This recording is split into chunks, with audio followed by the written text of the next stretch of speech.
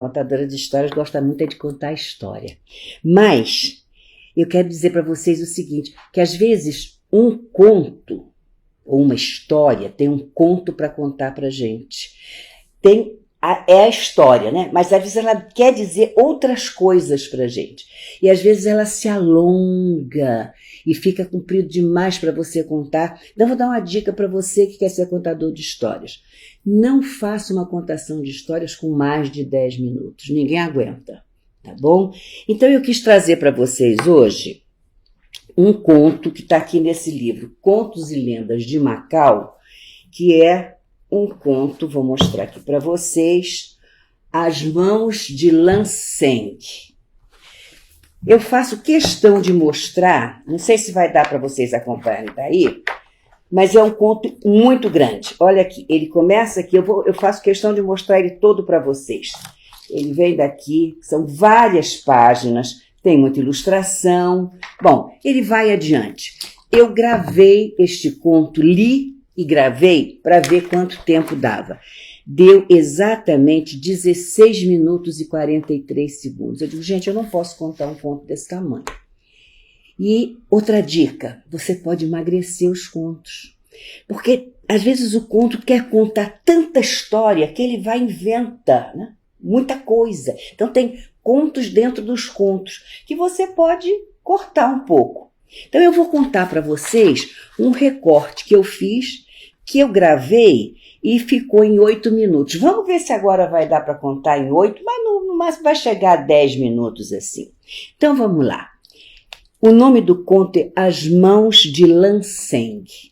E esse conto fala de um momento no nosso planeta em que os deuses estavam muito irritados com a postura dos humanos porque não estavam obedecendo à natureza, não estavam respeitando a natureza.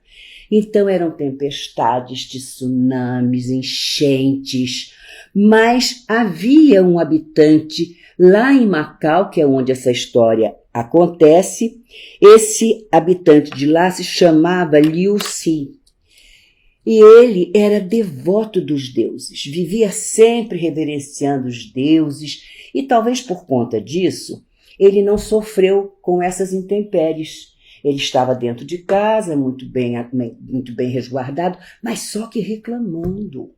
Ele estava reclamando muito, ele dizia, o que será da terra quando acabar essa coisa dessas enchentes, dessas tempestades e chuvas? O que vai restar para nós? Como é que nós vamos colher nosso arroz? E olhava lá para fora e cada vez a chuva mais forte, aquela tormenta, aquele horror. E ele continuava reclamando. Um dia ele disse, e agora que eu só tenho esta tigela de arroz para comer? E depois, não vou ter como colher arroz porque os deuses poderiam pelo menos ter nos ensinado como colher o nosso próprio arroz. Muito irritado, e ele escutou uma voz que vinha não se sabe de onde, que dizia, se você comer todo o arroz que está na sua tigela, você nunca mais terá como ter 2 refeições por dia. Liu Xin achou aquilo estranho e perguntou, quem está falando? Eu sou o rei do trovão. E repetiu que se ele comesse todo o arroz, jamais teria como ter 2 refeições no dia.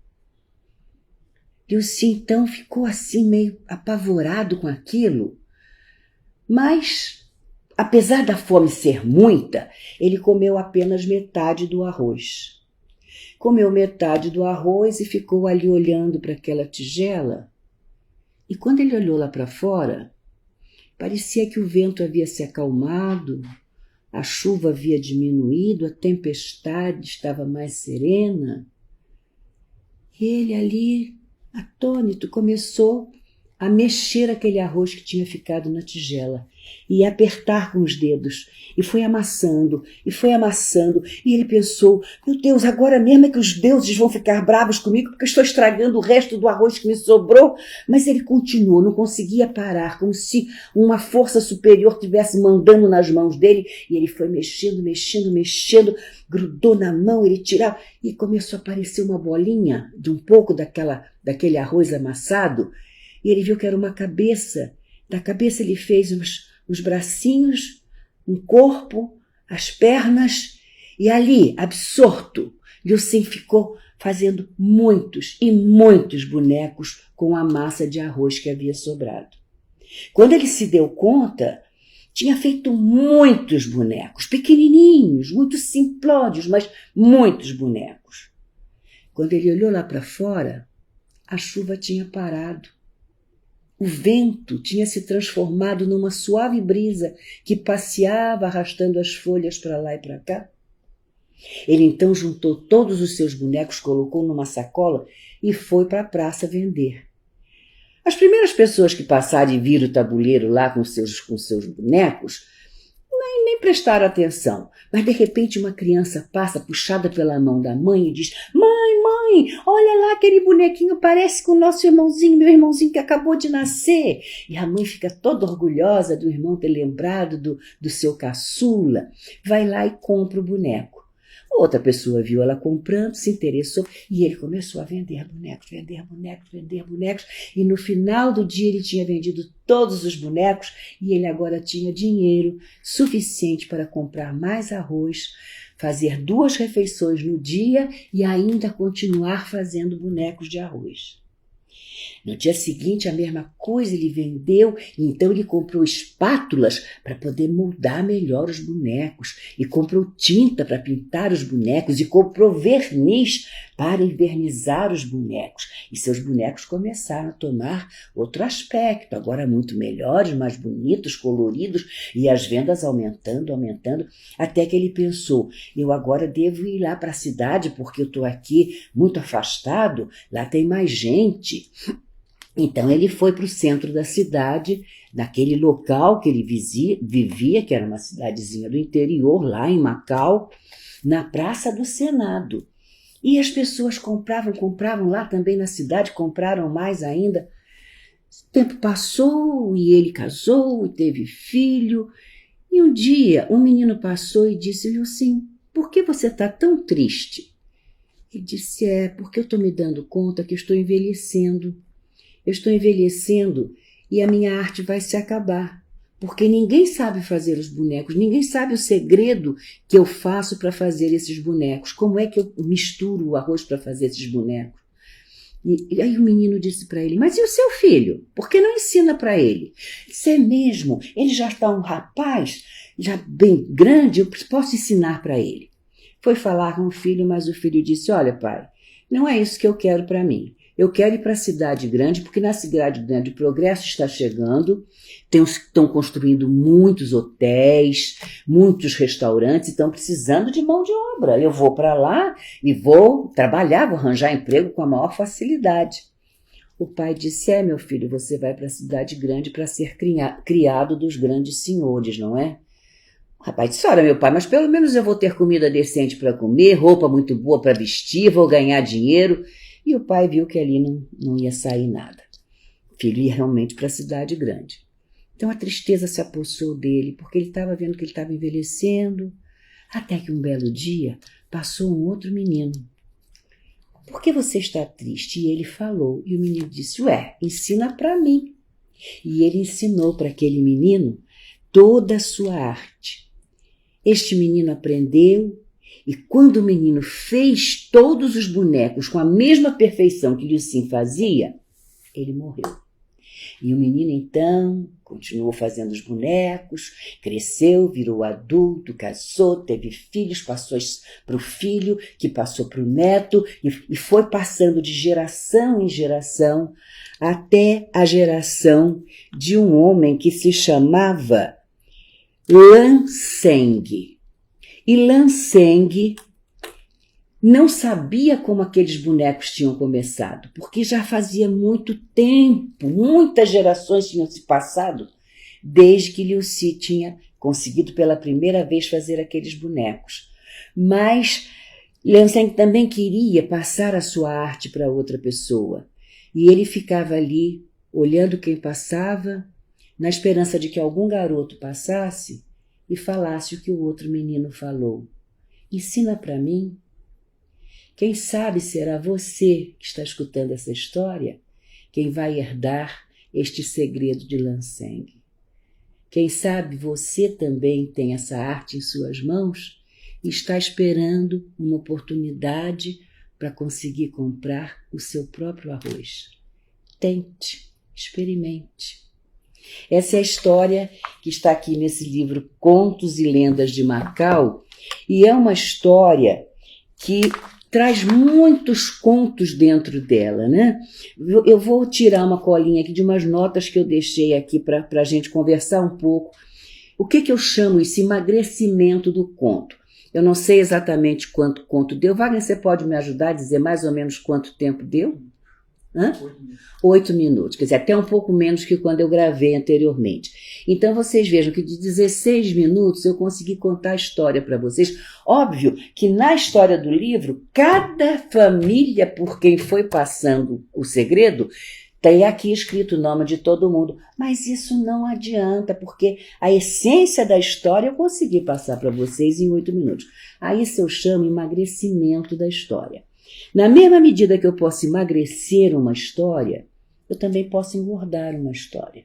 Qualquer dia eu trago uma história, engordando a história para vocês.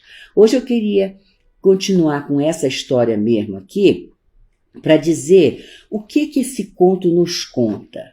Então ele fala da ira dos deuses, do nosso afastamento dos deuses.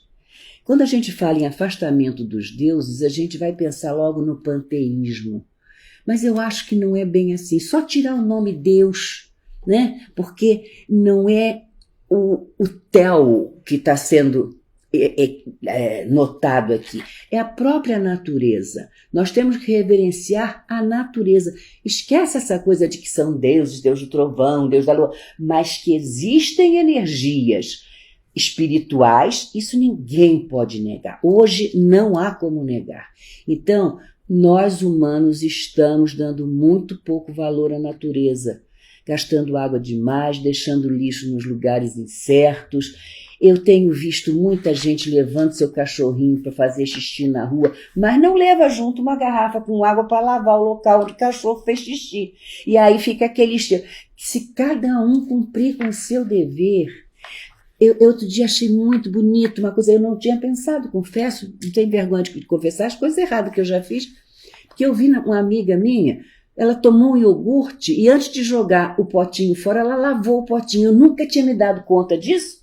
E se todo mundo lavar o potinho, fica menos sujeira, né? Não vai ficar o cheiro tão ruim. São coisas pequenas que a gente pode ir ajudando. Essa água que ela lavou o potinho, sabe o que ela faz? Ela, quando lava a louça, ela põe logo uma vasilha para parar, para ter uma água ali para lavar potinho, que é só para tirar o grosso, para poder jogar fora. Então, prestar atenção nessas coisas, gente. Os contos vão mostrando isso para a gente. Essas energias que atuam no universo, você pode conversar com elas.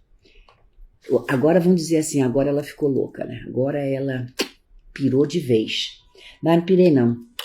Eu vou contar uma coisinha para vocês, muito interessante. Eu, quando fiz um curso de Cabala, tinha uma coisa que chamava Workshop do Ego, que nós recebíamos uma relação de atitudes que você tinha que dizer o que você tinha mais e o que você tinha menos. Então eu coloquei que eu tinha mais, era comprometimento. Responsabilidade, comprometimento. Se eu digo que eu vou estar às 3 horas, eu vou morrer, mas vou estar lá às 3 horas. Se é para você que eu vou levar um bolo para você lanchar, eu vou levar o bolo para você lanchar. Comprometimento. E o que eu disse que não tinha? Raiva. Não, eu não sou uma pessoa raivosa, eu não tenho raiva. A professora que estava lá ministrando aquele workshop falou: Cecília, você pode dar um exemplo para a gente disso que você está falando? Eu digo muito simples, eu vou atravessar a rua e eu sei, embora eu não dirija, mas eu sei que todo motorista sabe que quando o trânsito está entupido, ele não deve parar na faixa de pedestre, porque o sinal vai fechar para ele e está entupido ali, ninguém pode passar, então ele tem que parar antes. Ela disse sim. O que você quer dizer com isso? Eu digo que ele tem que ter o compromisso de parar antes. E quando ele não para, o que é que você faz? Eu digo, eu bato no carro, digo, comprou a carteira, foi? Não sabe o que tem. Ela diz, apresento a vocês a moça que disse que não tem raiva. Então nós temos tudo dentro de nós. Mas eu aí comecei a pensar, digo, estão falando por aí que a gente pode dominar essas energias, se comunicar com elas, essa raiva, esse amor, tudo isso que a gente tem dentro da gente, eu vou fazer uma experiência. Porque eu chegava para atravessar a rua e já ficava assim, ó, quer ver? Senão vai fechar, vai ter um que vai ficar bem no meio. E ficava. Sempre, o final fechava, eu não conseguia passar, porque sempre tinha um ali. A partir de outro dia eu comecei a fazer assim, eu cheguei e disse, bonita, o trânsito tá ótimo, agora ó, vai empacou lá, mas eu olho para as árvores e digo, olha que beleza, as árvores, o vento ventando nas árvores, as folhas se mexendo, olha a harmonia da vida, olha como tudo pode ser harmônico, olha como eu posso jogar energia em todos esses carros que vêm aí, que cada um tenha juízo.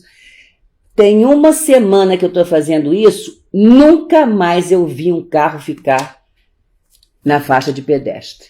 Coincidência? Para mim, não.